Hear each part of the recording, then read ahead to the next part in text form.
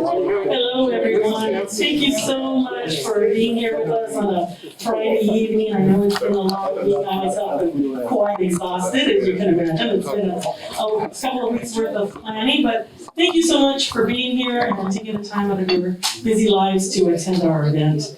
I want to acknowledge that this is the first event the Asian American Studies Department has had since COVID started, so we're really happy. In fact, for many of us, it's the first time we physically have met and interacted with one another, so it's quite thrilling, to be honest with you. And in fact, we're obviously very thrilled to have our guest here giving up a Friday evening to be with us, so thank you very much. I also would like to acknowledge our Dean, Jackie Stalka. Thank you, Jackie, for joining us. I also would like to acknowledge Mark Stower, the Dean of the Library. Thank you very much for being here. And of course, I want to thank all the faculty of the Asian American Studies Department for joining us this evening. I'm going to now go official and go on my script because I don't want to miss anything. The event is sponsored by the College of Humanities Academic Programming Fund, Asian American Studies Department, the Africana Asian Collaboratory for Inclusive Excellence Project, Educational Opportunities Project, Asian American Studies Pathways Project, and the Distinguishing Visitor Speaker Program. Thank you all for your sponsorship. And of course, I have to acknowledge the staff of the Asian American Studies Department, Janaki Bowerman and Monica Cornejo. Thank you so much for your hard work and effort. And I don't think I officially introduced myself, so I'm going to do that right now. For those of you that don't know me, my name is Cristina Ayala Alcantar. I'm the chair of the Asian American Studies Department. My home department is Chicano Studies. I am not Asian, but I am Chicana. The nice thing about that is that while we may not be from the same department, we share the same value system, being part of an ethnic studies department. So it's really been a pleasure for me to be invited to be a part of this department, and I really have enjoyed getting to know the faculty, the students, the staff. It's really been quite an honor. I'm in this interesting transition point in my life where my daughter is graduating from high school, and I need to find things to do. So I felt like this was a great opportunity for me to keep busy and to keep out of trouble and to give her space to grow up without her mom meddling and everything. So thank you so much for allowing me to be here with you tonight. I would now ask that you provide a warm welcome to Jeremiah Reyes, a graduating senior, English literature major and Asian American Studies minor, who will now help us with our land acknowledgement.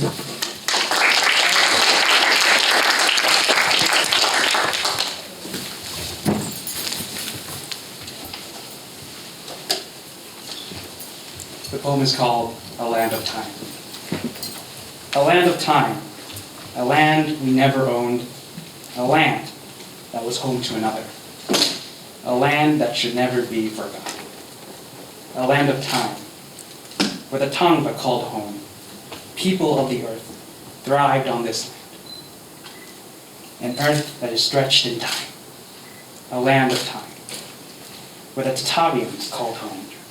People of the sun, where beams of light shined, where the face of the sun gleamed for all time, a land of time, where identity was shattered, colonial presence at the time, a land stretched with many people, grappling our past is our present, a land of time, when chains shackled for crop in a nation, the inhumanity, the imperfections of history, when a territory was claimed by an empire, independence followed by, then a revolting republic turned into a state. Those who remain called California home, where those come from across the Pacific to find better opportunities, a struggle for the American dream, a land of time, once cultivated by the Maranaka family, a livelihood lost to then become a school, a land of time, where many people now call this home, a land we shouldn't claim, but to steward for a better future and those to come after. A land of time, shared across generations, the first generations, the lost generations, the generations found again. A land of time, a history of change, a history of imperfections, a history to recognize, a land of history, a time we should share for a land amongst all time. Thank you.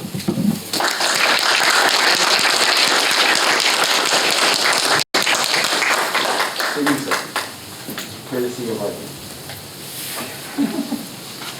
Hello there. Hello.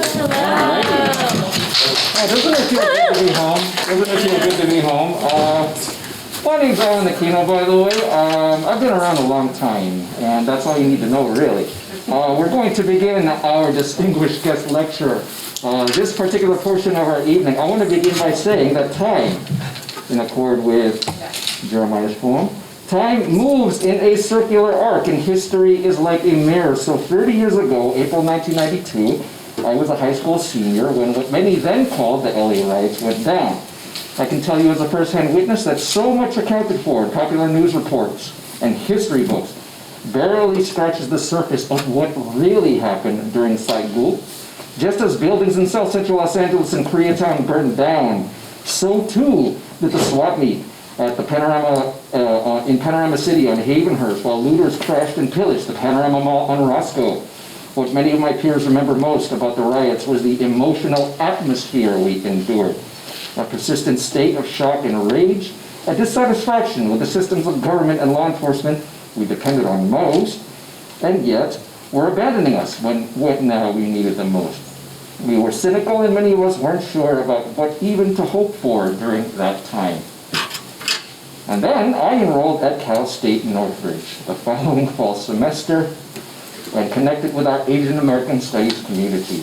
And let's just say that through CSUN Asian American Studies, my entire generation found a much needed source of light and inspiration and hope, which is the theme of tonight. Now fast forward 30 years to this event, this very event here tonight. Time moves in a circular arc. History is a mirror. I don't need to belabor what we as a species have endured and survived the past few years, but one thing is certain. I, for one, am proud of all we've accomplished together, despite the enormity of challenges we've faced. Here and now, in contrast to how many of us felt 30 years ago, I am proud and joyful and most honored to bear witness to generations of community, all of us building, rebuilding, and continuing our highest virtues of knowledge, social justice, and loving solidarity above all. Solidarity by any means necessary, right? So on behalf of my colleagues, friends, and fellow alumni, welcome to our space of Querencia. Welcome home, and welcome to our 2022 Distinguished Guest Lecture. I offer the floor now to one of the finest scholars and human beings I'll ever know, a profound inspiration and mentor to me and to many others, a longtime friend and colleague who was already teaching here at Cal State Northridge in the spring of 1992 itself. So at this time, may I present Dr. Teresa Williams-Leon.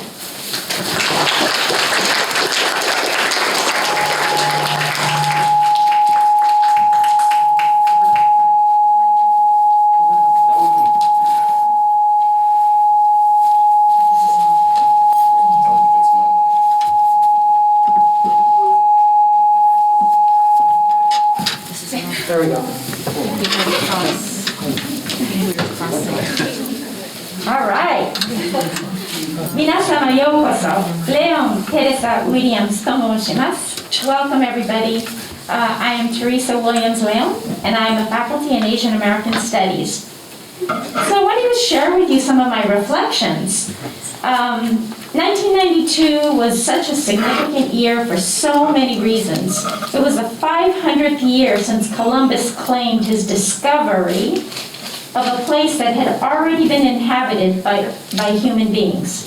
That same year, an indigenous activist from Guatemala, Rigoberta Menchú, was awarded the Nobel Peace Prize. Columbus's arrival had forever changed what we today call the Americas and left an indelible mark for all of us here today who claim this region of the world as our home. As indigenous peoples, as the formerly enslaved, as settlers, refugees, immigrants, colonizers, the colonized, and of course, for many of us who embody a combination of all of those realities and positionalities. In the spring of 1992, I was a grad student at UCLA, teaching at UC Santa Barbara, UCLA, Santa Monica College, and CSUN. At CSUN, I was teaching the Asian American women's class on Wednesday evenings, 4:20 to 6:50 p.m. on the third floor of Sierra Hall, classroom 321. I don't remember much, right? Now that I'm getting older, but I do remember some of those details pretty vividly.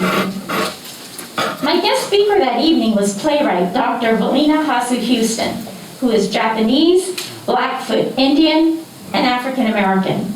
She was to talk about being a multiracial, indigenous, African, and Asian immigrant woman navigating the inter-ethnic tensions in our city of angels that was brewing.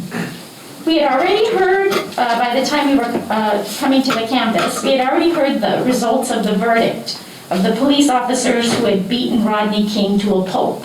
Not guilty. And our hearts were heavy. At that time, CSUN's Asian American Studies department was only 2 years old and consisted of only the department chair as a full-time faculty, Dr. Kenyon Chan, and a few borrowed faculty from other departments and part-time adjuncts like myself at the time. The department was in a trailer somewhere between Jerome Richfield and Sierra Hall with a couple of tables, desks, a phone, and a copy machine. During the mid-break time of the class on that explosive day, I called my brother at home to check in with him, and he immediately said, "You need to get home now. People are getting pulled over out of their cars, or pulled out of their cars."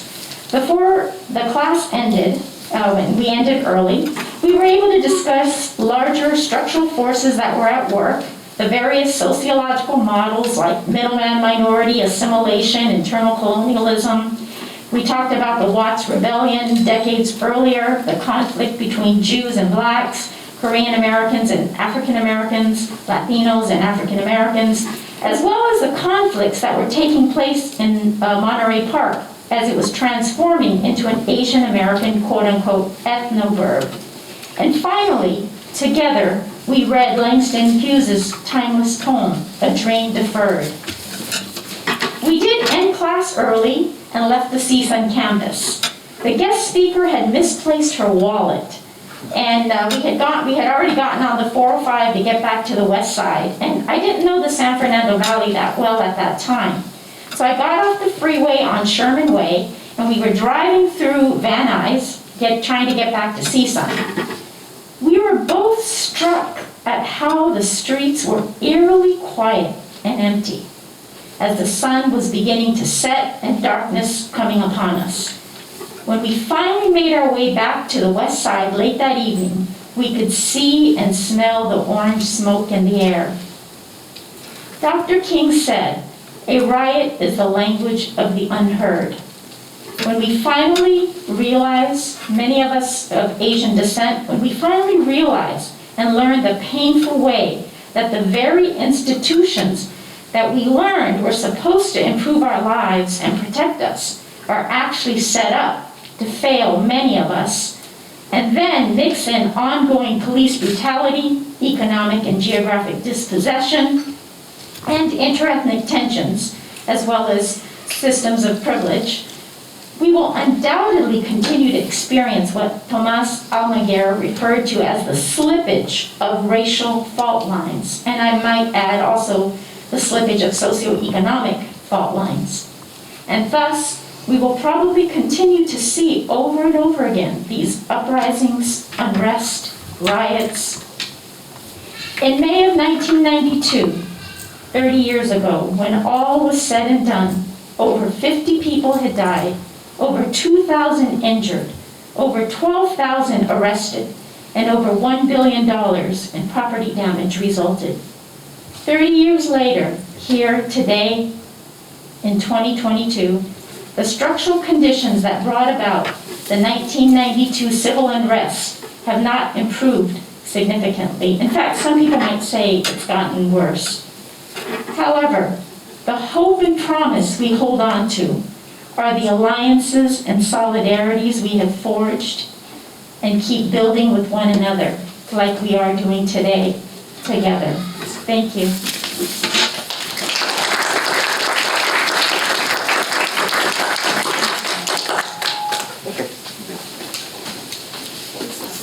Hello again, everyone. Every year, our distinguished guest lecture event presents individuals who have made distinguished and deeply significant contributions to the AAPI community at large. And acknowledging the 30th anniversary of SAIGU, the Asian American Studies Department is honored to present two community leaders, true community builders. We have with us tonight Mr. Do Kim, a civil rights attorney and member of the Black Korean Alliance, and we have the incomparable Tracy Kato Kiriyama, my friend, colleague, fellow poet, and community fan for the past 21 years, and author of 2 books of poetry, I might add, a theatrical artist and a community organizer who founded the Tuesday Night Project and has worked with groups like Nikkei Progressives and Nikkei for Civil Rights to pass H.R. 40, a resolution that would establish a federal commission to examine the continuing legacy of slavery and to recommend proposals for reparations. Now, moderating this dialogue is Dr. Edith Chen, Professor of Asian American Studies, and Dr. Sed Hackett, Associate Professor of Africana Studies. Dr. Hackett is also Director of the Du Bois Hammer Institute for Academic Achievement, which supports student success through community and campus partnerships. Both Edith and Sed are part of a group of faculty, staffs, and students who are part of the Africana Asian Collaboratory Inclusive Excellence Project. Please join us in welcoming this evening's panel.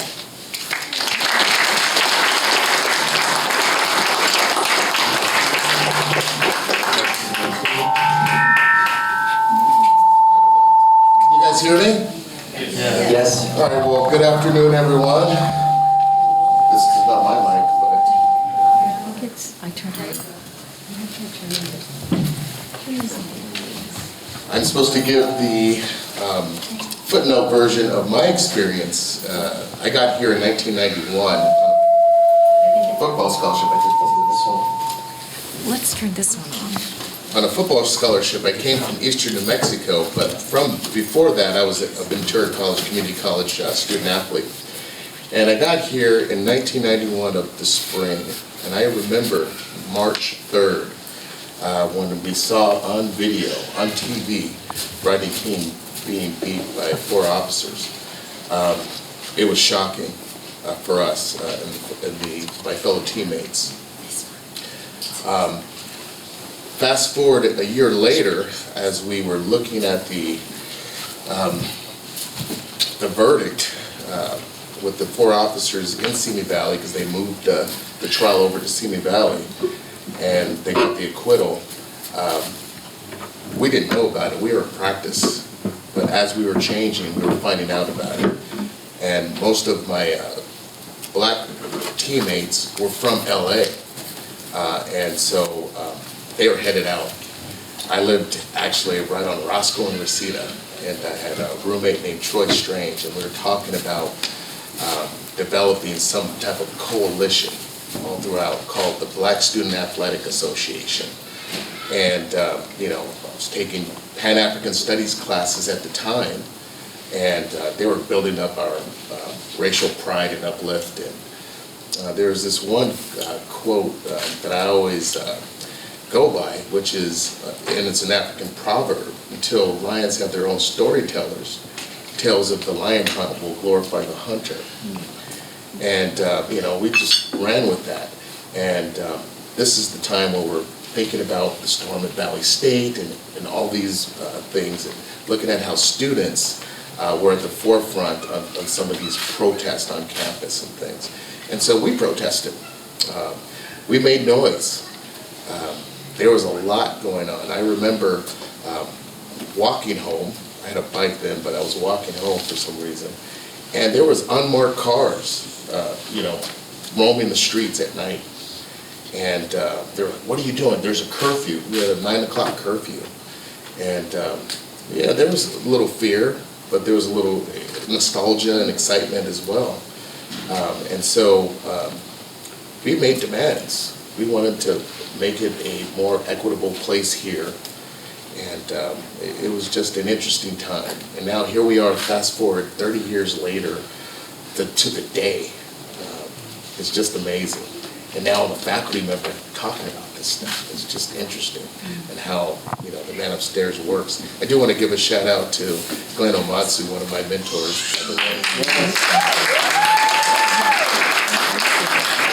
I still have that mentoring underrun triplets, so thank you for that. And then, of course, my biggest mentor, Dr. William Watkins.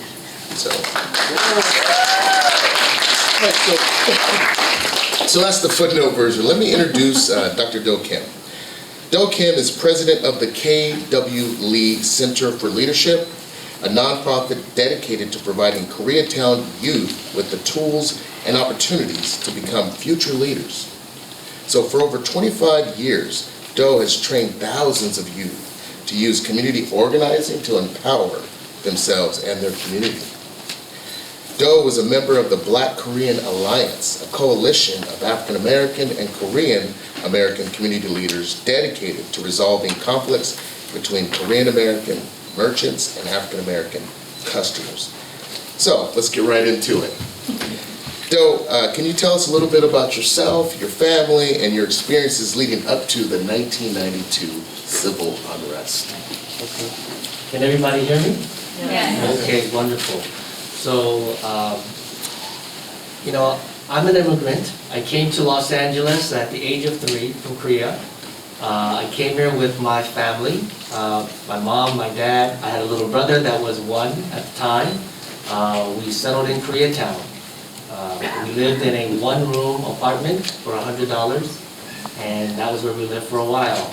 And so for us, Koreatown is a place that I have struggled with myself, because there was a time where I did not want to be in Koreatown.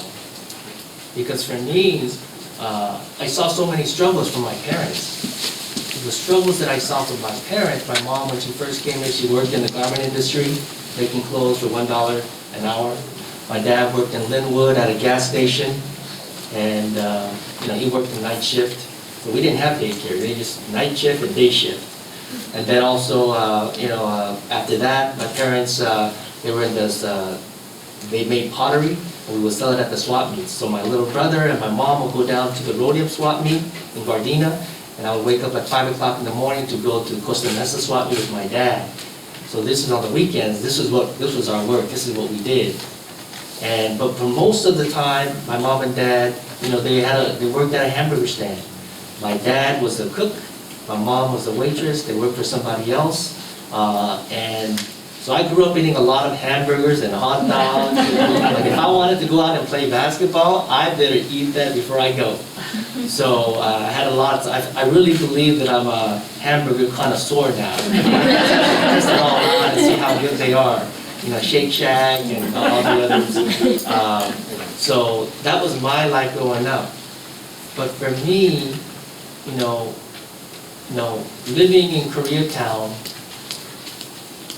it was something that I think my parents wanted to protect us from so many things out there. But there was nothing you could do when you go out there and there's lots of stuff going on in the community. And back in the day when I was growing up, there was a lot of gangs. And I would see, where we would live on the 3rd floor, I would see gang members shooting each other.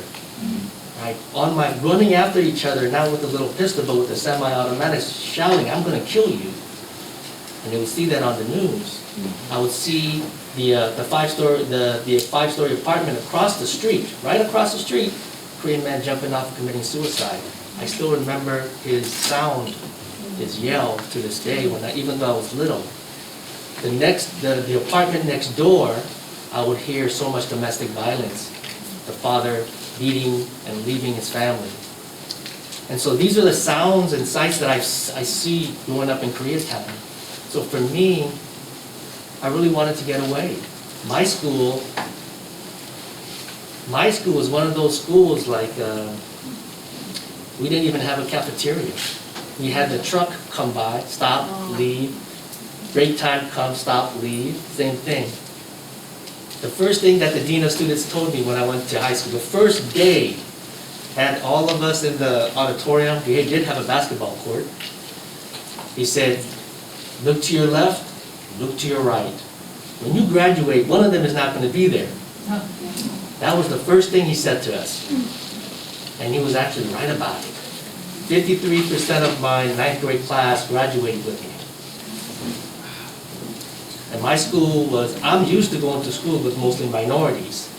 My daughter goes to a school in Koreatown, which is 99.9% minorities. But I went to a school that was 30% Asian, 30% Latino, 30% African American, maybe 10% white. And I was one person in 29 years before our school shut down. That's how much people wanted to go to our school, to get into a place called Harvard College. And so for me, it was such a strange thing going to, for me when I got in, I decided to go, but I went in undeclared because I had no idea what I wanted to major in. So I went undeclared, but when I took I took an African American Studies course called Urban Communities with Professor Roger Harrison my freshman year, and I really loved that course. And because of that, I asked to meet with him because I wanted to major in African American Studies. And he actually came to my dorm and we had a conversation. I remember it was raining outside and he still came to my dorm. And he said, "Doe, don't do it." I said, "Why not?" He said, "Because I'm going to be leaving, the other professor is going to be leaving, and we had one professor, Professor Werner Solers, and he's going to be on sabbatical. That means no professors." So, but I told him why I was interested in it. I told him I was very interested in the Black-Korean conflict that was happening in New York at the time, you know. And so very interested in that and learning more about that and studying about it. And I just love this course. Wow, just like, you know, I tell you, Koreatown and South Los Angeles, back in the day we called it South Central, but now they call it South LA. But we're right next to each other, we're neighbors, you know. So for me, I grew up with a lot of Black influences. And so I remember Mrs. Barker in the daycare, Mrs. Barker was African American, always, taught us about African American leaders during February. And when you're little, you just think, well, oh, you're just learning about things, right? But as you get older, you realize these are really important people that sacrificed a lot to fight not only for their people, but to make America a better place for everybody, including Asian Americans. And you don't know that at that time. But I think that for me, because of that one course that I took, I decided that I wanted to major in African American Studies. So the next year I came back my sophomore year, majoring in African American Studies and sociology, and we had no professors, right? So what did we do? We had to start organizing. We took over the president's building for a while. Then we took over the main administrative building for a while. Everybody got chained in, right? There were maybe like a couple 100 or 200 outside as well. But one of the things we realized was that we wanted to go on the offensive. We knew that we wanted to have a professor that if this professor applied, they would get tenure. So, Harvard's pretty conservative, so that's why we had to go to Dr. Henry Louis Gates Jr. at Duke University at the time. He's a literary scholar, but he was getting pretty well known at the time. So we asked to meet with him. And he came up to Boston, and there was an Afro-Am house that we would have all of our classes, some of our classes, and we met there. And we talked to him. "You asked to meet with me. What do you want to talk to me about?" And we told him, "We want you to come and apply to Harvard, want you to be the chair of the Afro-American department. They want you to be the chair of the Du Bois African American Institute, right? And so we had a long conversation about that. And, the next time he came up, he brought his wife and started looking for houses. And so that's kind of like how that started. I just think it's very important for young people and for students to be active on campus. And that's what we did there at that point in time. And because Professor Gates came, he brought Cornell West for a while, he brought Kwame Anthony Appiah, Philip Harper, and a lot of other professors. But it was actually the students that organized that. We were the ones that organized, we're the ones that mobilized, we're the ones that sat in. And because of that, created all of this. That's the story behind the story, right? It wasn't just that Gates came over, it's that the Afro-Am Concentrator has to meet with them and convince them to want to come. So that's the story that not a lot of people know about. And I would say this, that, so I think for me, because I was majoring in African American Studies, I wanted to do something with it. So I was interested in New York, but then all of this stuff was happening in LA. 1991, Latasha Harlan's 15-year-old black girl was shot in the back of the head by Sunja Du. Okay, so for a $1.79 bottle of orange juice. So that just kind of ripped the communities apart. And so, as one of the members of the Black Korean Alliance, and I was just 20 years old. I was a young student. I used to have my cap, my jeans, my t-shirt. That's how I was. Just like all the other young students that are here. But I was motivated to want to do something about it. And that was something very important for me. So I joined the Black Korean Alliance, got involved. That summer we had Latasha Harlan, Sunja Du. Everybody knew that was such a tragic death. And there were lots of Korean Americans, including myself, that felt that Mrs. Du should have gotten some jail time. She only got 6 months probation and some fine. And that's not even, how is that even possible, right? Right? So you can't take someone's life and just expect to just be able to walk away. And a lot of Koreans, we also felt that way too. And we actually took a stand in the media to say this is not right. And I wish that a lot more African American folks would know about that, because we tried to put that out there as well. So, so I started working with the Black Korean Alliance, and that summer was really tense, because in June of that year, we also had, 2 weeks after Latasha Harlan's, there were 2 Korean merchants that were shot and killed.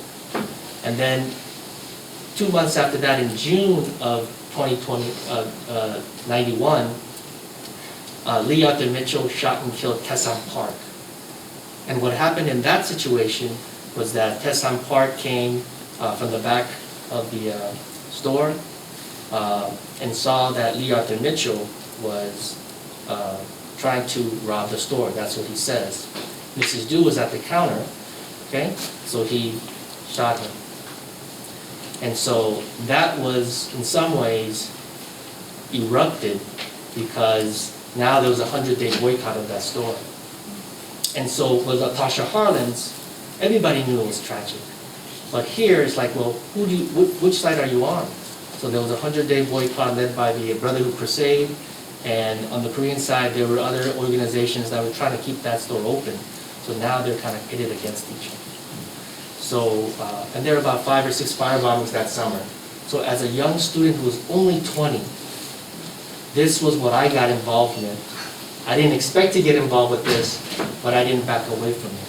And what I saw from that experience, I saw African American leaders, Korean American leaders, I saw peacemakers that really wanted, they put their life and time on the line to do this kind of work. It's not easy work. It's really, really difficult work.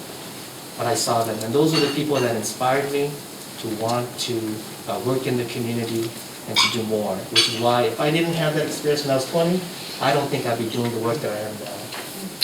I totally agree. And, I think about at age 22, I was here 22, and I remember I have it, it's in the sundial, it's archived. I had a Malcolm X hat with an X, and we were protesting during that time, so I definitely feel the same way. It was a tumultuous time and a lot of time for mobilizing. Could you talk to us a little bit about some of the projects that came about after Saigu? Yes. So, I don't know if anyone's defined Saigu yet, but Saigu is literally 429. So Koreans have a way of naming very important, significant events with the date. So that stands, 429 stands for April 29, 1992. And so, for me, I really wanted to focus, like I thought to myself, well, I'm coming back to Los Angeles to work on community building. What can I do, right? And so for me, I wanted to start working with the youth, the young people. I thought we could do more there. So that's why for me, I started this program called Korean American Youth Leaders in Training Program. And we started training community organizers, high school and college age students that want to learn more about their community, their heritage. So we have workshops like about the history of Koreatown, Asian gangs and incarceration. We actually made a documentary about Asian gangs in Koreatown. About coalition building, how to interview an elected official.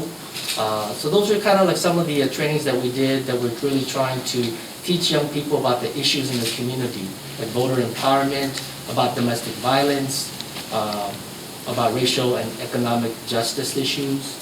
So that's what I've been working on since the first time that I ran the program was back in 1995.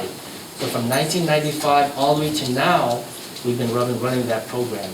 So the whole point of that is not only we want to build leaders in the Korean American community, right? So they got to be based in the Korean American community, so working on that. They have to understand our community. But at the same time, our purpose is not only to have them become leaders of Koreans. Our purpose is to have them to become leaders of all people. I just say that, well, we're training you, you're getting trained in Koreatown for the world, right? Koreatown is a great place to learn a lot of things, because there's a lot of things to learn. But you're getting trained in Koreatown for the world. So you don't need to stay here. But you gotta always remember, this is your home, this is where you come back to give back all the time. So, and also, so I also started a different program called the Multi-Ethnic Youth Leadership Collaborative, because we started working with youth in Koreatown. We partnered up with Martin Luther King Legacy Association with the Youth Empowerment Project in South Central, and then also Central American Resource Center in Pico Union. So we started this youth leadership collaborative for the three different communities right in the heart of Los Angeles: Koreatown, Pico Union, and South Central Los Angeles. So that was another program that I think was really important and monumental for us. And just lastly, I know that I have brought some pictures about the 25th anniversary of Saigu. And so this was about 5 years ago at Home United Methodist Church. We had a collaboration because up to that time, after Saigu, the Korean community and the African American community, we had to kind of take care of our own communities at that time. There wasn't any kind of coalition building or working together at the time. Things were pretty bad. So everyone had to kind of heal in a sense. And I always thought to myself, like this is for the 20th anniversary. We had, I always felt like, we've been talking among ourselves about each other. We should be talking to each other at this point. And that's why it was so important for us to work with other organizations, Black and Asian American organizations, to kind of do this together. So that's the picture documenting what we did that day to start the dialogues. But I also want to say this, it's not only about starting dialogues, but it's also about working together on issues, okay? So I've been working with Pastor William Smart from the Southern Christian Leadership Conference, especially about voter empowerment and voter registration. We kind of went to the next level and started also working with other coalition members on on Proposition 16, which did not pass, but I was one of the members on the Yes on Prop 16 speakers. And some other issues as well. There's a lot of issues like gentrification happening in South Los Angeles and also in Koreatown. Those are issues that I think we can all build bridges upon.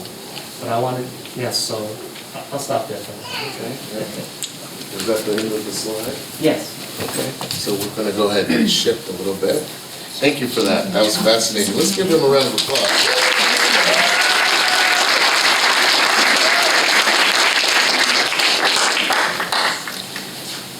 Before we introduce our next speaker, who's going to be talking about our solidarity work, I want to, just curious, how many have heard about Japanese American reparations and redress?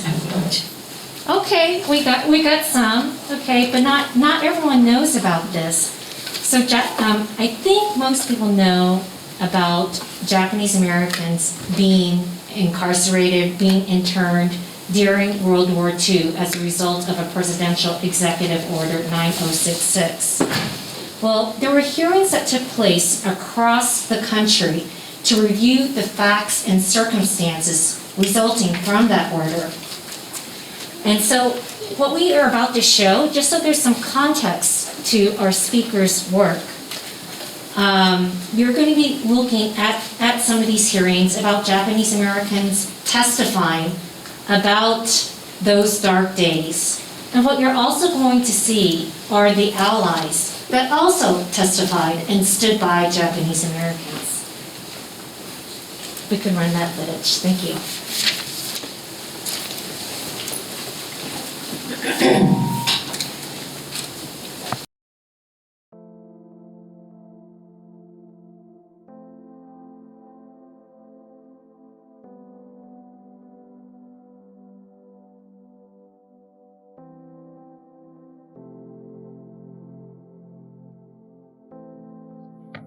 Good morning and welcome to the first of a series of field hearings that the Commission on Wartime Relocation and Internment of Civilians will be having around the country. A couple of weeks ago, the Commission had its first hearings in Washington, D.C. We are scheduled to have a number of hearings around the country so that we can carry out the mandate given to us by Congress and the President to look into the question of wartime relocation and internment of civilians during World War II. My purpose to be here this afternoon is to more or less give you a summary of the reason the association was formed and so on and so forth. But first I'd like to give my presentation of my day in camp. The day of the evacuation, many of us were first sent to assembly centers, which were either fairgrounds or racetracks, taking with us only those things that we were able to carry. Surrounded by barbed wire fences and guard towers, we were assigned living quarters. Many of the families were put into horse stables, which were very unsanitary, and the stench was unbearable. On August 27, 1941, at 2 a.m., we were informed that our baby had passed away. At the time of my birth, my mother's physician in camp performed a tubal ligation on her. She never gave her consent. My best friend was Rollins, a young Japanese child, same age. I will never forget, Mr. Chairman and members of this body, never forget, because the moment is burned indelibly upon this child's memory, 6 years of age. The day the 6-by trucks came to pick up my friend. I will never forget the vision of fear in the eyes of Rollin, my friend, and the pain of leaving home as he screamed not to go. And this 6-year-old Black American child screamed back, "Don't take my friend." This meager $20,000 is also compensation for the pain and the agony that he felt and that his family felt.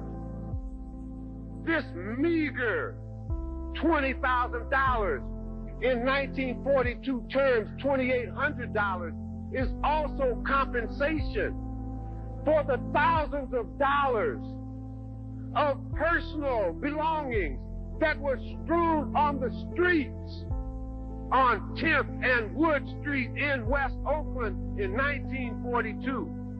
Because in case you don't know it, they could only take what they could carry. This is not about how long you were in prison.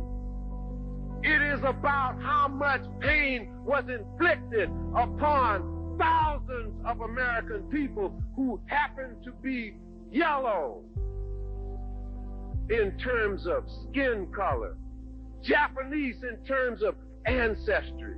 But this black American cries out as loudly as my Asian American brothers and sisters on this issue. I am speaking on behalf of Frente a los Pueblos Unidos.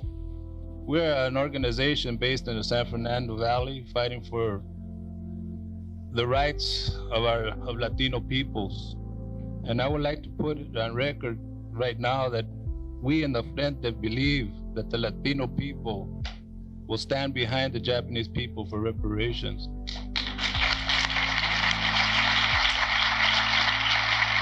Important that we even take that small attempt to heal the deep wounds that were unjustly inflicted upon Japanese American citizens of this city.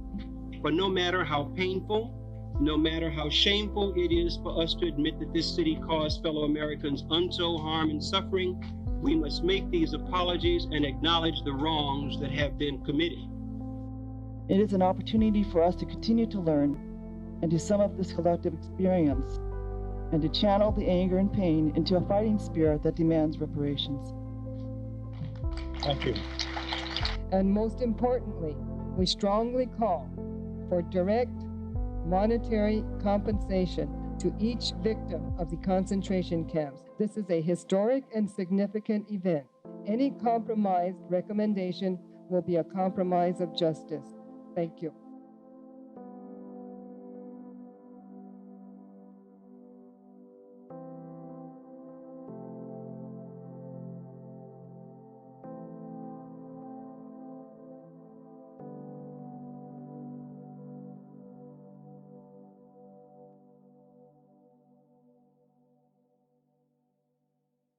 Wow, that was so powerful. I want to acknowledge the AICIP interns, the leadership interns, for helping to edit that video footage together.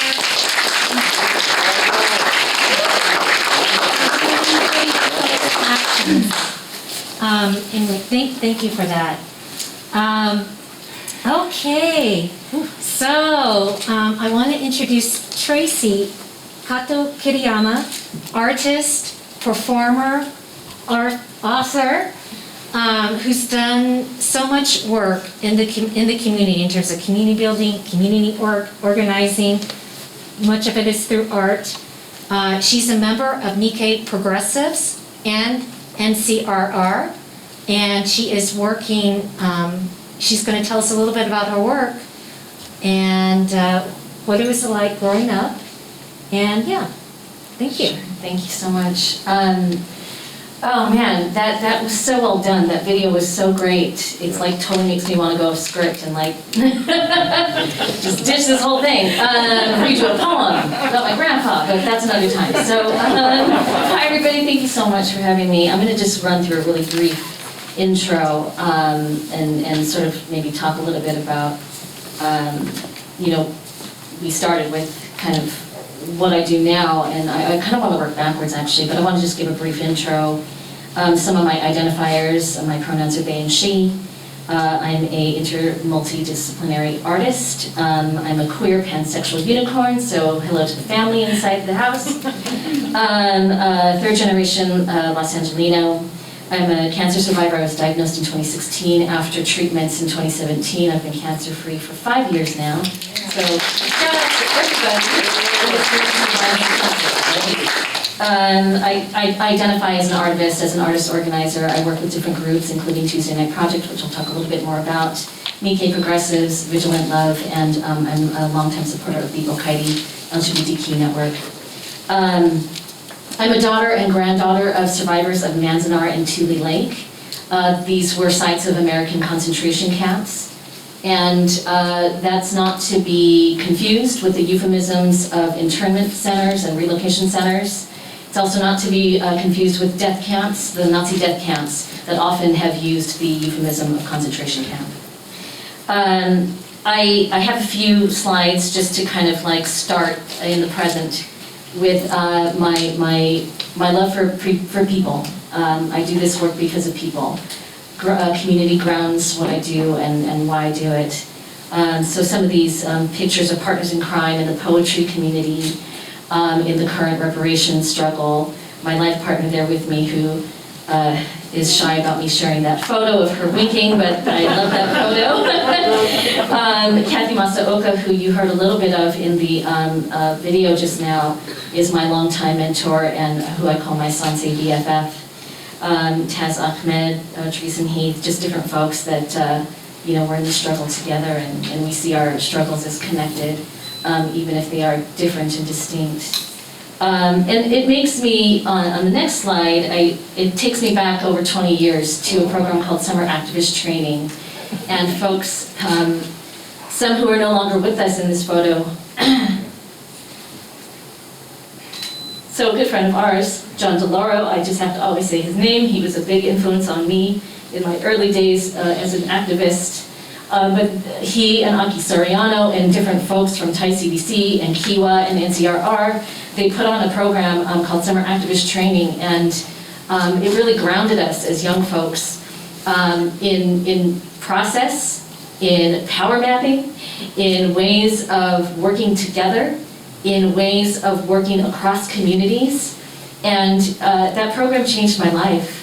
Just as in the next slide I wanted to shout out, I go back even further than to my parents. And so that's my pops, that's my dad. Over there on the right is my mom. And they were public school teachers with Los Angeles Unified School District. And they would take me constantly to meetings and conferences, but also my first Asian American performance artist shows, my first Asian American independent film festivals, which by the way starts next week. And they would also take me to Manzanar. And on the way there, they would tell me, like, you need to pay attention when we take you to these places. You need to talk to people who are older than you. You need to talk to people who are different generations from you. And you need to pay attention.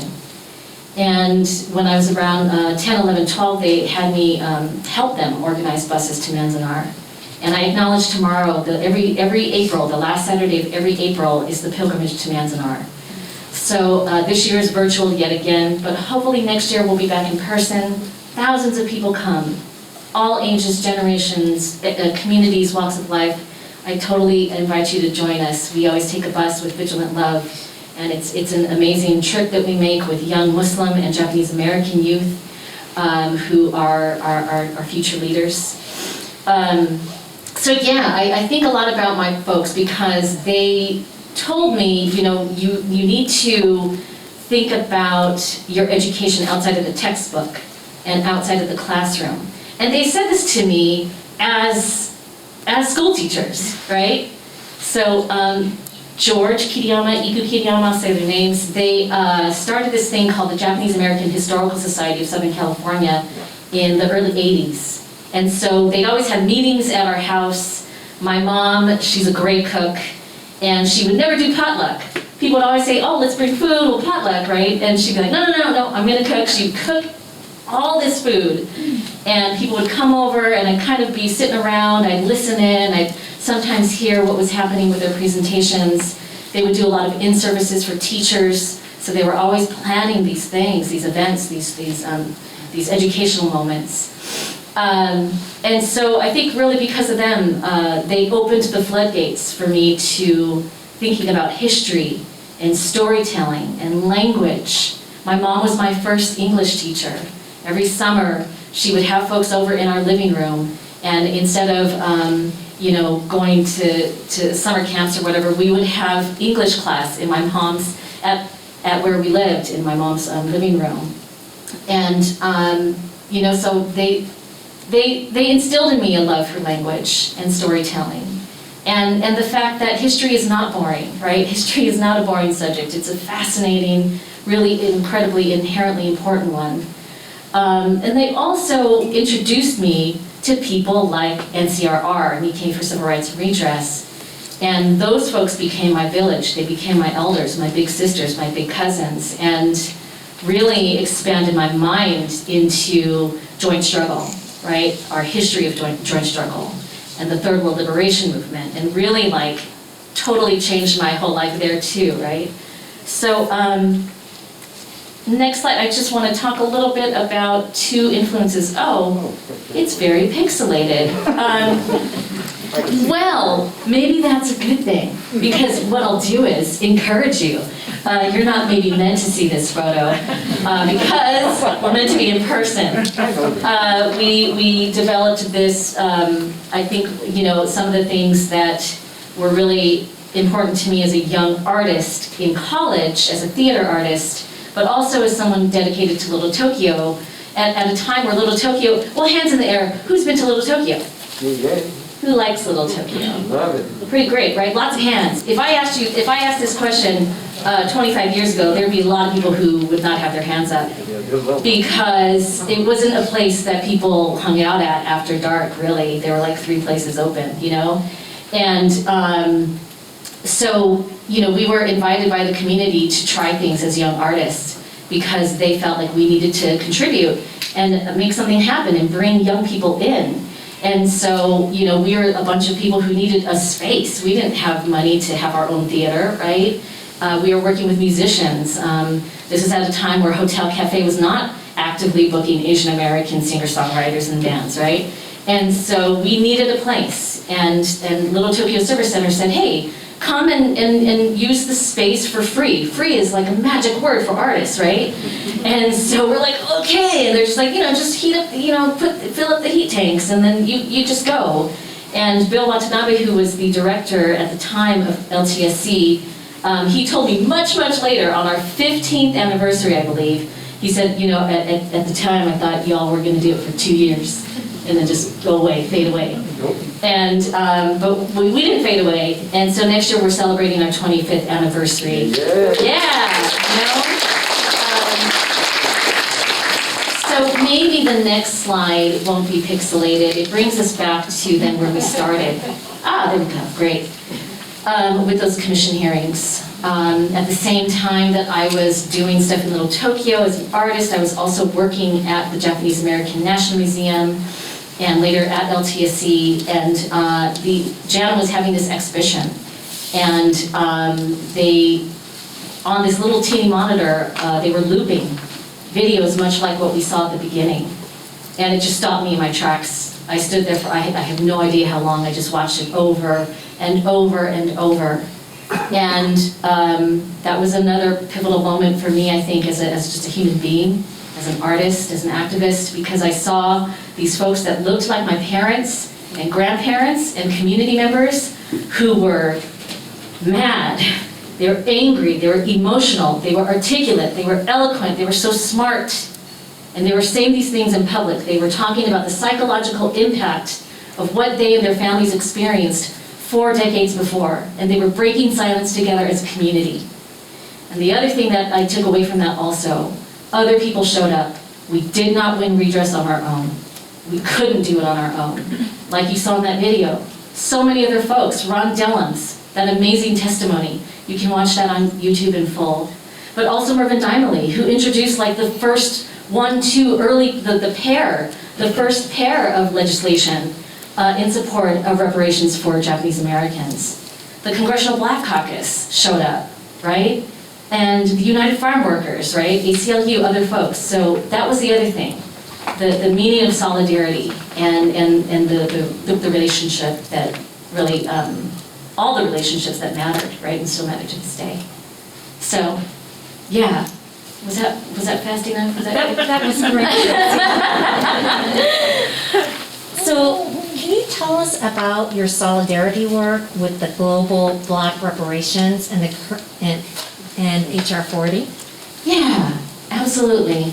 Oh yeah, I'll just mention really quick that last slide. I wanted to put in there, if you look in the upper left corner, there was an amazing program here at CSUN actually that brought us together to be in support of the grandmas, the halmanis, the comfort women. That's a piece of work also that NCRR is actively supportive in and have brought me into. So yeah, some of those are other different groups and things that we work with. But in terms of Nikkei Progressive, so we have now a joint committee. It's a joint reparations committee between NCRR and Nikkei Progressives. So NCRR, they were folks who came out of the early Asian American movement, right? They were learning from, being inspired by the Black Panthers, the Brown Berets, the Hopi Nation. They were encouraged by folks from other communities to go and understand their own history, right? They're like, your people were put away, right? And a lot of our folks are like, I don't know, our parents don't talk about it. So they went and they found it and they excavated our history. We were never meant to have redress. We were never meant to have pilgrimage. We were never meant to study any of this. It was meant to be forgotten. Our souls were meant to be hidden, right? And so, so I want to just say a little bit about kind of my tie to this in a personal manner. Because I think you can tell maybe from my politics where I'm at with solidarity, right, and relationship building with other communities. On a very personal note, so my last name is Kato Kiriyama, so my Kato side, my Kiriyama side, my dad's mom, she lived to 102, and she was healthy enough as an Issei, a first generation person, to be flown with other Issei who were able to be flown to DC in 1990, to get her apology and her redress check in person. And my bachan was always really genki, really cool and positive, and she came back from that trip and was like, Washington DC is the best city in the world. You know what I mean? She was just so forgiving and so amazing. And I got to see that. I got to see some reckoning. I got to see her experience some repair. My Kato side, my mom's dad, he died in 1978. And he died after having land taken away from him, not just during the war, but before that and after that too in the 50s through eminent domain. At which time he expressed his anger finally. And he just kept saying again, again, again. And that was how my mom understood that he actually did have feelings about what happened to them much earlier, right? And so I feel like hearing all the stories of my grandfather's struggles all the way through to his death, I have these memories, right? I was only 4 when he died, but all these stories, story after story, I'm always trying to find some more joyous ones, And so I feel like I understood his relationship to the bottle. I understood what that meant, right? To his very last breath, what that meant. And that was not a man who got to see reckoning, and it was not a man that got to see repair. So, I think that's kind of what drives me as a person. I really do. I think I'm always trying to find justice and work with folks who want to do that as well. And it's long haul work, right? It's lifetime work. I'm in this till I die.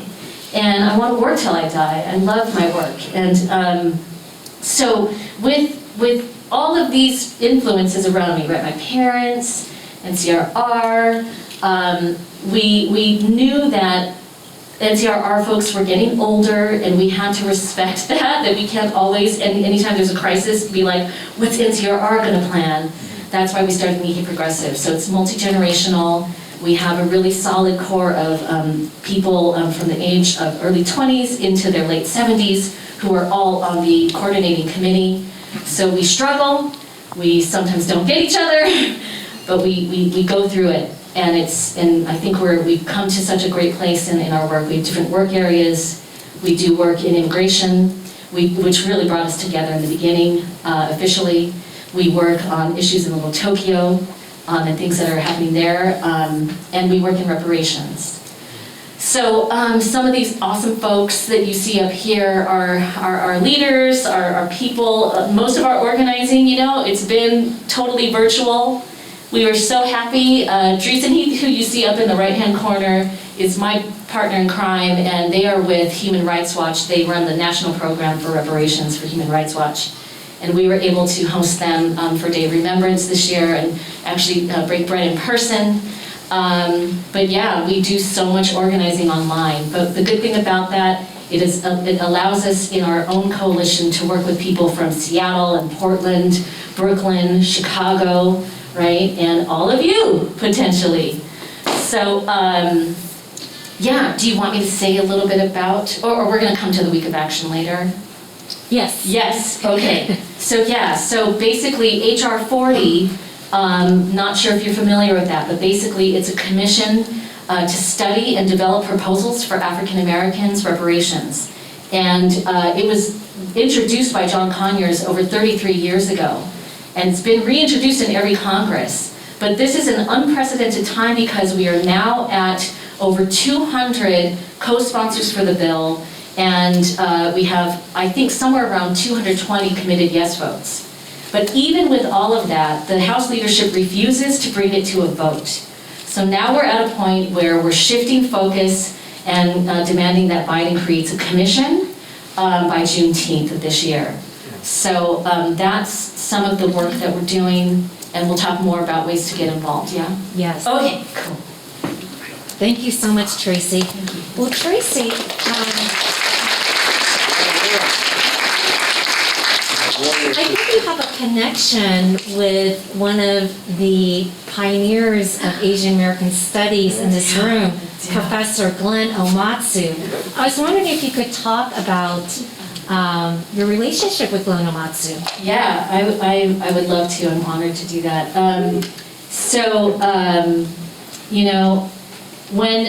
When I got to college, because of all of that was like filled in me in terms of this need to study and the need to do more, I was like, okay, cool, I'll get to Cal State Fullerton and I'll major in Asian American Studies as one of my 5 majors. And I get there and there's no Asian American Studies. I was like, oh, God. And so I took whatever ethnic studies courses I could take. I took this Japanese American oral history class with Dr. Art Hansen, which was kind of my first unofficial Asian American Studies class. But I would go to UCLA all the time, every week. I would drive over to UCLA and hang out at Campbell Hall and then hear about Professor Glenn Omatsu, who was also called Yoda. And then I'd be like, oh man, maybe I'll run into Professor Omatsu one time. And I just hang around Campbell Hall. It's just a hallway, you know what I mean? It's nothing fancy. But I was like, okay, yeah, I'll just meet whoever can and talk about Asian American Studies, and I hope to transfer here someday. And I finally do. I meet Professor Omatsu, and he's just kind of nodding his head, listening to me, and he's like, you have a sizable Asian and Asian American population back at Cal State Fullerton. You should really go back there and organize, right? It was like this gentle, but swift kick in the butt. Go hang out at your own school. And he very wisely and kindly, made me realize that, yeah, of course there were faculty and likely staff back at Fullerton who were already pushing for it. We weren't going to have to fight like folks had to back in the day. We were riding the coattails of something much easier, a much more simple path. And so I went back, and I did ask, and I found faculty who were like, yes, we're trying to find students. So now you need to go organize and go get 1,000 signatures. Go work with all the student organizations you can, get 1,000 signatures, and then we will have students, because you can't have a program with only faculty demand. You have to have students, right? And so we all came together and we did that. And so I really think, though, that initial fire for me as an organizer for all of that, I do have to say thank you so much, Professor Owansu, I really do. I learned so many other things, you know, studying your writings. I always carry around your quote with me about, it's a very long one, so I always share it with folks, but, you know, basically talking about how, you know, when we think about success and individual, like in our community, are we going to measure it off of individual success, or are we going to measure it off of like our collective liberation, right? All that affected me. And so, yeah, so we ended up, I was dragging my feet to fill out my graduation forms. I finally get a message on my answering machine back at the apartment, and they said, oh, the program is going to be a minor next year. It's going to be official. So I called my mom, I was like, I promise I'll keep my job and I'll fund myself. This is like, it was like $900, right, a semester at that time.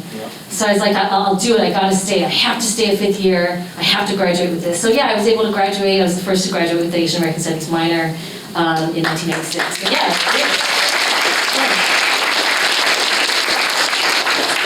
Thank you, Tracy. Doe, I want to hear more about your work as a civil rights attorney. Can you say a little bit more about that? Sure. So, is it on? Okay. Can everyone hear me? Yeah, that's better. You gotta get right in. Thank you.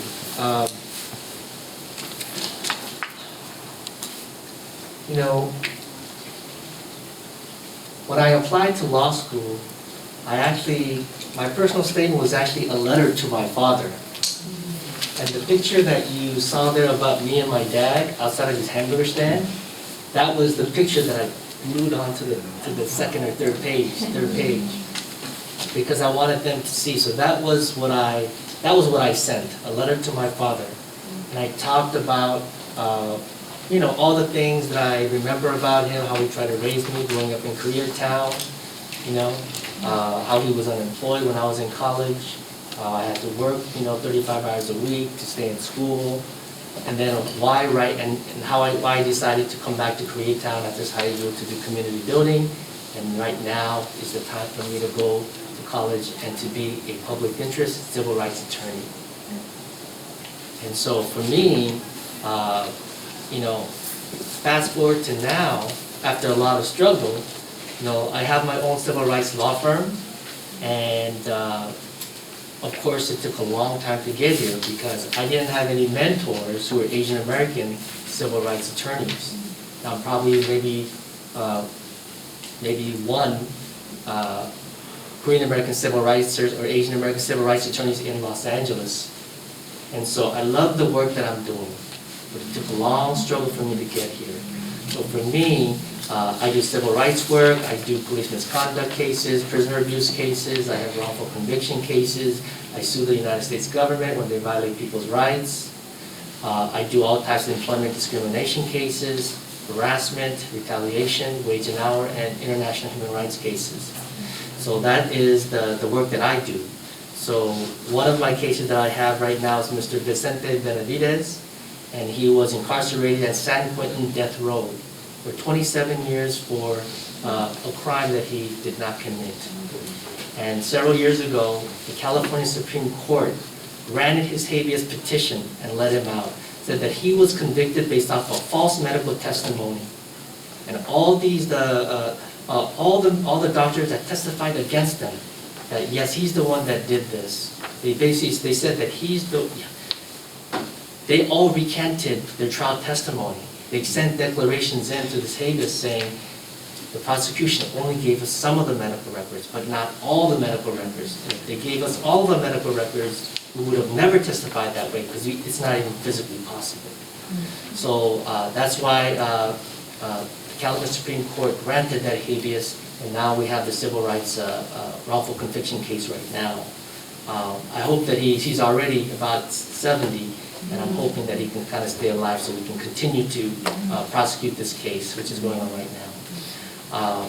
Also, I'm actually one of the Black Lives Matter class action attorneys for the protests that happened in Los Angeles. The protests, everyone's known about where it started on Fairfax and 3rd. There were also protests in downtown LA, and also in Hollywood and other places.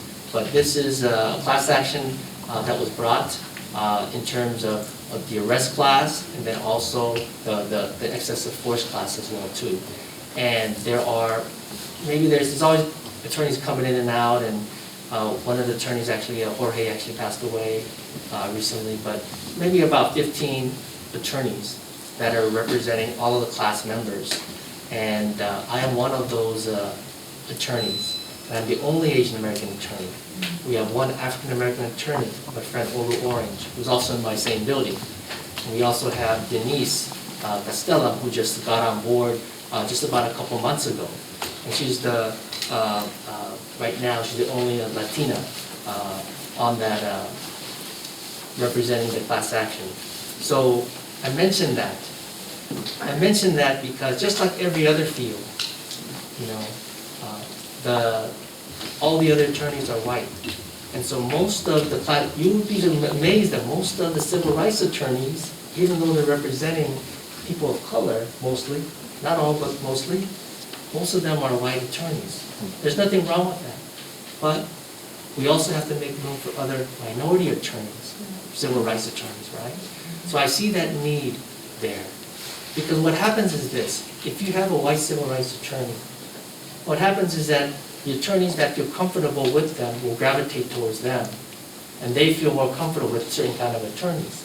So the cycle continues. Because not only do you have the lead attorneys who are white, but also the attorneys that are working, the younger attorneys are like 40s, right? The younger attorneys are also white. So for me, I saw that as we need to do something about this. So I actually have a Civil Rights Diversity Fellowship that I started through my law office.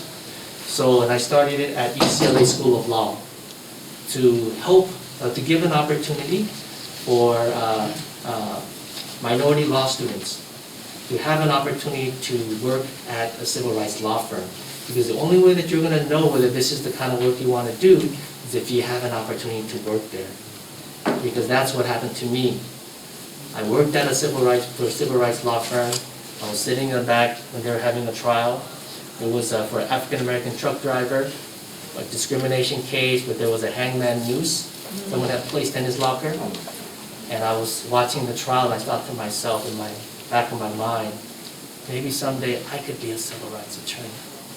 Because of that one thought, I kept that in my mind and I worked hard to get to where I am today.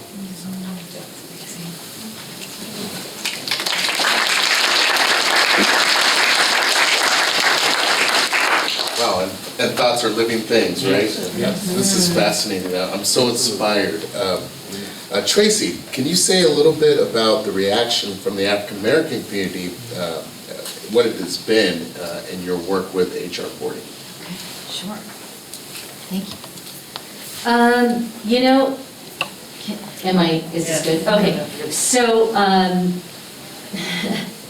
they've been nothing but so generous, in taking time to come on to so many of our meetings within so we have a Nikkei, National Nikkei Reparations Coalition, and then with Nikkei Progressives and NCRR, meetings are the thing, right? We just have so many of them.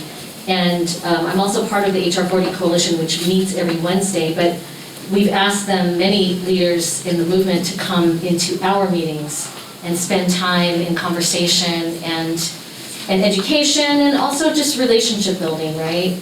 So Candace Henry, who is with NCOBRA and is, this person that people really don't realize, she kind of single-handedly knocked on everyone's door to get them to become a co-sponsor. And has just done tireless work. And she always says, you are my Japanese American family. She always makes it a point to say that. And I think that because this work is hard and it's endless, it feels a little endless in some ways, honestly. That's what we have to hold on to, right, is why we're doing this. We share stories. We had a 12-hour marathon day of action in November, and Candace, all the way from the East Coast, joined our late night discussion. And we just, our elders told stories back and forth. She told stories, Alan Nishio, Jim Matsuoka, like people just kind of told stories. And so we try to just do that, right? Make time for each other. Because otherwise it's business. There's a lot of business. There's a lot of like, what's the update, what's the legislative, blah, blah, blah, blah, and what's the next call to action. So, I don't know, it's been great to just take pause moments actually, and slow down, and ask each other to slow down with each other, Yeah.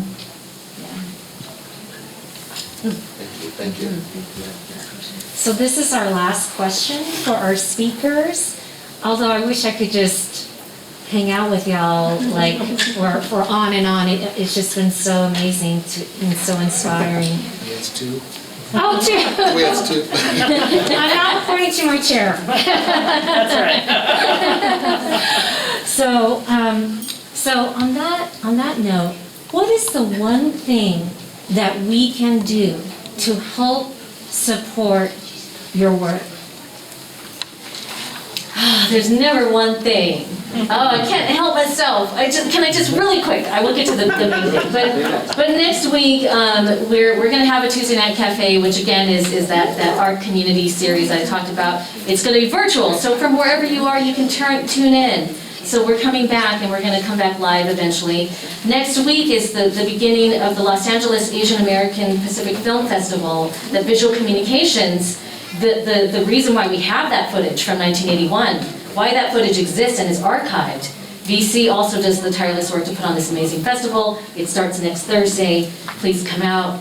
And yes, we, in that call to Biden to create an executive order by Juneteenth, a month ahead for the week of May 21st, Saturday, to Wednesday, May 25th, we're going to have a week of action. And so May 21st is going to be a panel on Asian and Black solidarity, and we're going to have Akemi Kochiyama, who's Yuri Kochiyama's granddaughter, Mia Iwataki, who is the principal organizer for Redress for Japanese Americans, Dreesen Heath, and Candace Henry, who I mentioned. So it's going to be a launching to sort of educate more on the history of reparations, but also where it's at now. And then we're going to do further education through a workshop. It's all going to be virtual, Monday the 23rd. And then, where we really need all hands on deck, is Wednesday, May 25th. We're going to start really early in the morning because we're making appeals to the East Coast. So I think we'll probably finish by 2 p.m. So we're going to start early in the morning. We're working with not only our folks across the country in our coalition, but we're also working with members of the HR 40 coalition, which is over 350 organizations. And we're also working with Dems Abroad, based in Germany, and the API Global Caucus, also based in Europe, and different parts of the world, really. So we're working to do a day of calls, emails, and social media blasts. We will have full instruction on just how to show up online with us. We're going to do it in like 1 hour chunks throughout the day. So please, please, please, if you want to find out more, come on the 21st and or the 23rd to gain more education. And then really, if you could join on the 25th, it's just a commission. You know what I mean? We're not jumping straight to implementation, which is a call by some folks, which I think is valid. And this, though, it's a commission to study and develop reparations proposals, just like the commission that we witnessed through that footage. So it's an opportunity to bring folks together, to learn more, to educate the mass public, and hopefully work towards reparations, including national education, which we need more of. So yeah, if you're on Instagram, we'll make sure that the Nikkei Progressives handle has some things. I will definitely, for sure. I'm also on IG, and you can just connect, and we'll make sure to get information out. So please, don't be shy. Come on out, make a call, do some, social media stuff. It'll be good. Thank you.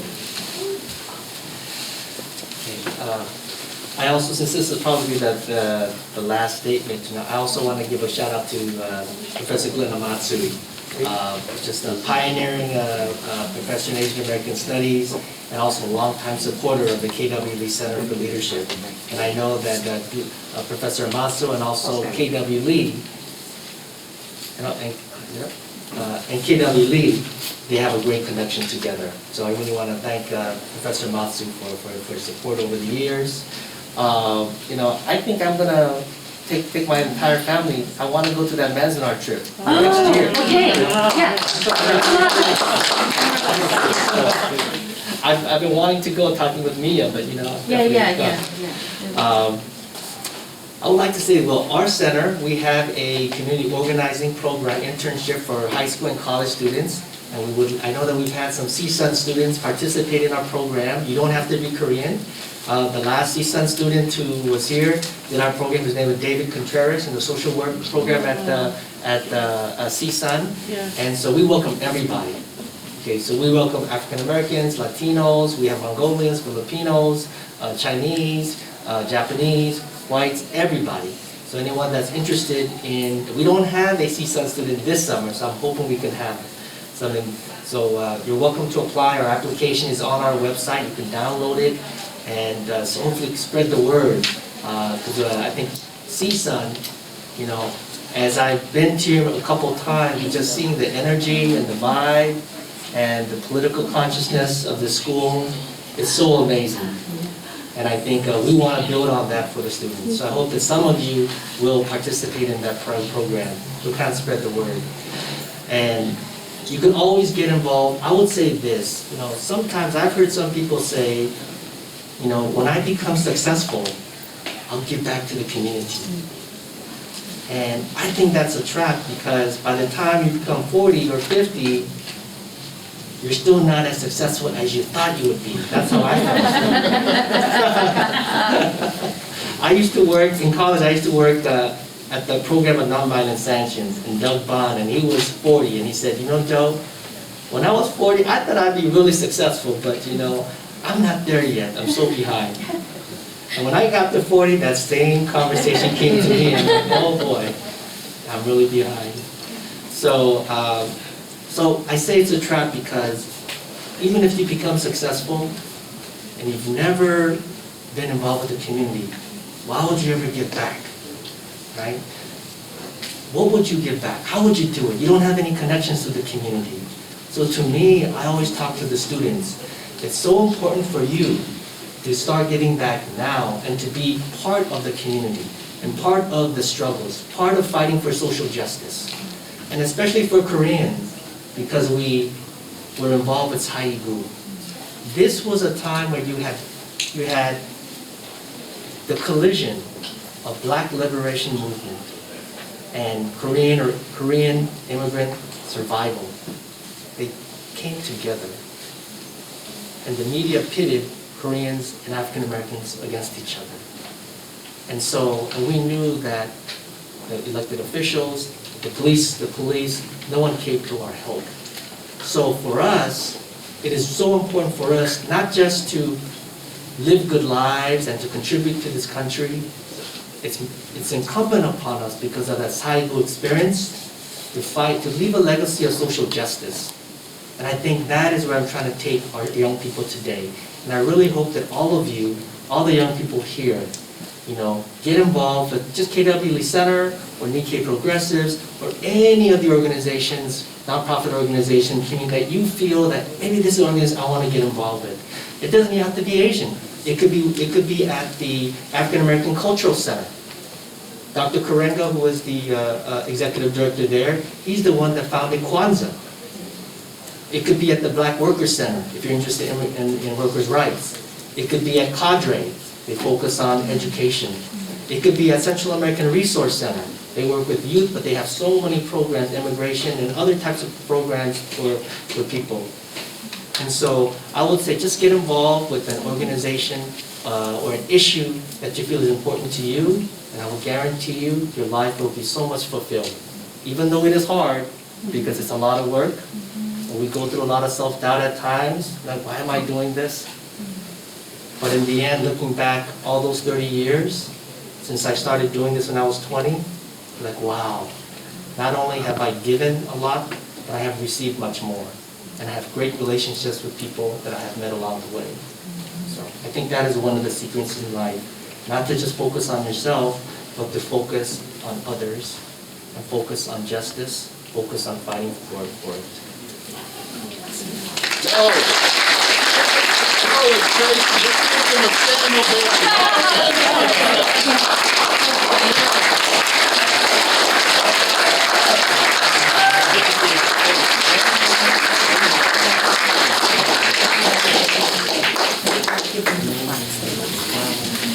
All righty, we're almost done. Thank you so much for your patience and your participation in our event. We are thrilled to have our guest speakers here with us this evening. And in honor of their presence and their time, the Asian American Studies Department would like to say thank you by providing you a plaque in commemoration of our event this evening. Thank you so much for your time.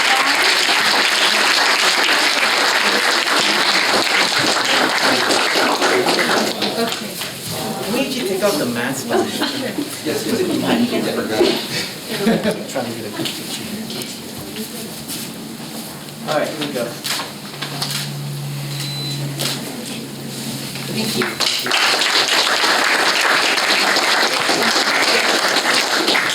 Okay.